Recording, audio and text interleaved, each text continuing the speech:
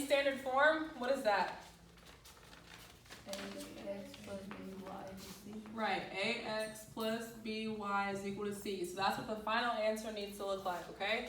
We need to write an equation of the line, right? Equation of the line is y equals mx plus b, right? So we'll put it in that form first, and then we can change it to standard form, okay? That goes through this point. How can we label that point? X1 and Y1, okay? And it's perpendicular to this equation. What does it mean to be perpendicular?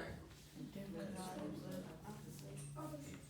Opposite sign and flipped slope, right? To this. How do we find the slope of this equation? What form do we have to put it in? Mx plus b. Right, y equals mx plus b, okay? So, let's look at this equation and put it in slope-intercept form, okay? We want the y by itself, pluses and minuses separate apart. So we have these two parts. So we need to move this part first before, okay? And how are we gonna do that? Add or subtract? Subtract 3x on both sides, okay? Here, you do not want to combine these. You want to write it exactly how it says, okay? So those cancel, and we have negative 7y is equal to 11 minus 3x. Just write it exactly how it says. 11 minus 3x, okay? And now what do? We divide by negative 7, and we divide each part by negative 7, okay?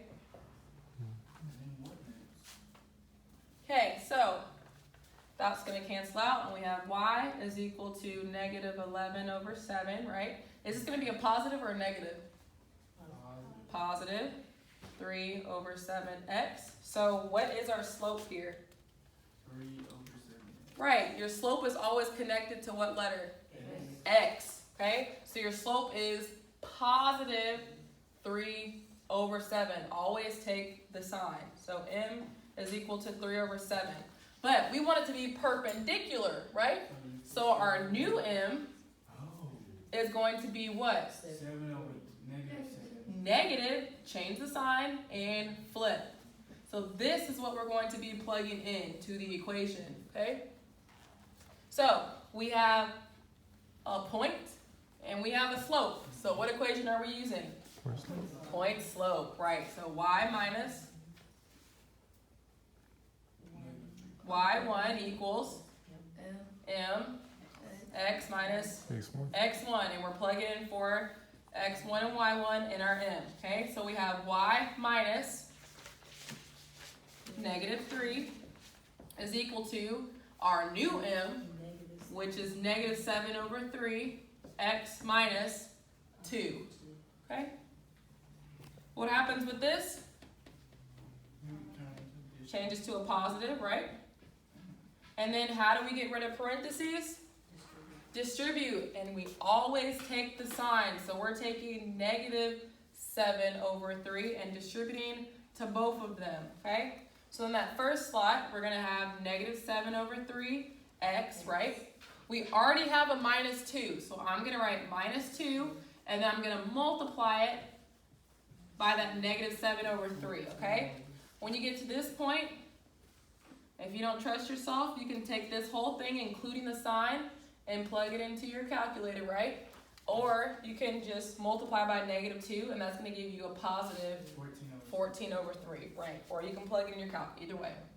So I'm going to start over here. So we have y plus 3 is equal to negative 7 over 3x, and then that's going to give you a positive 14 over 3. 14 over 6.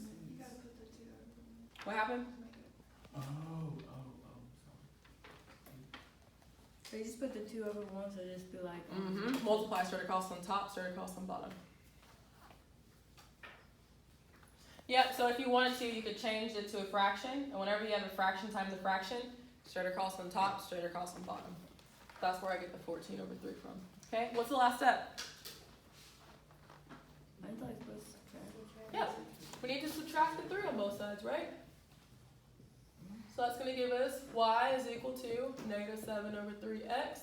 And then I'm just going to write it out.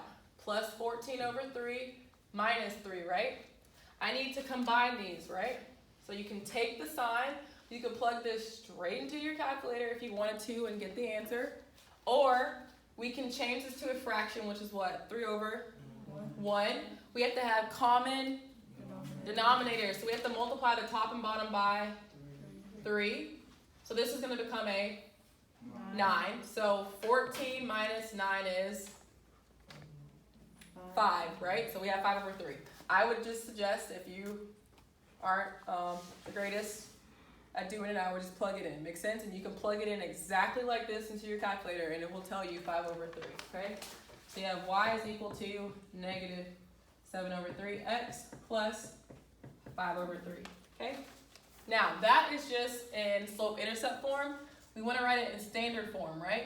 So we need anything that has an x and a y on one side, right? So we need to move this to the other side by what? Adding or subtracting? Adding. So I'm going to add that 7 over 3x to both sides. Our x needs to come first. Since this is positive, I'm just going to write the positive x first. And since this one's positive, I'm going to write positive y, okay? Are we done? No. No. Your a has to be positive, it is. And it needs to be 1, 2, 3, 4, 5, right? A natural number, right? So we have to take this whole thing and multiply by what?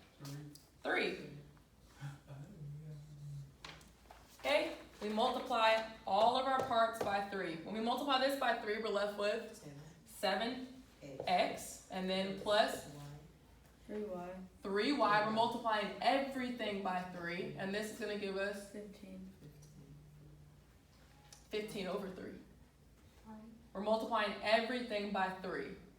So the 3's are going to cancel out, and you're just left with a 5. Makes sense? But yes, 3 times 5 would be 15, and then divided by 3 would give you the 5. And that would be the final answer.